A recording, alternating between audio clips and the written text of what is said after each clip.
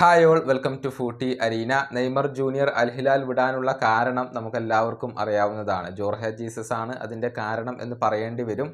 Neymar physically തൻ്റെ fitness വീണ്ടെടുത്തിട്ടും Saudi Arabian ലീഗിൽ നെയ്മറെ register ചെയ്യാൻ ജോർഹെ ജീസസ് തയ്യാറായിരുന്നില്ല. അതായത് കളിക്കാനുള്ള ഒരു ലെവൽ നെയ്മർ എത്തിയിട്ടില്ല എന്നായിരുന്നു അദ്ദേഹം പറഞ്ഞിരുന്നത്. അതേ തുടർന്നാണ് നെയ്മർ സാന്റോസിലേക്ക് എത്തിയത്. സാന്റോസിൽ മികച്ച പ്രകടനം നെയ്മർ നടത്തുന്നുണ്ട്. ഇതേക്കുറിച്ച് ജോർഹെ ജീസസ് തന്നെ ചില കാര്യങ്ങൾ കഴിഞ്ഞ ദിവസം പറഞ്ഞിട്ടുണ്ട്. അതായത് നെയ്മറുടെ പ്രകടനം സ്ഥിരമായി താനിപ്പോൾ വീക്ഷിക്കുന്നുണ്ട് എന്നാണ് ജോർഹെ ജീസസ് പറഞ്ഞിട്ടുള്ളത്.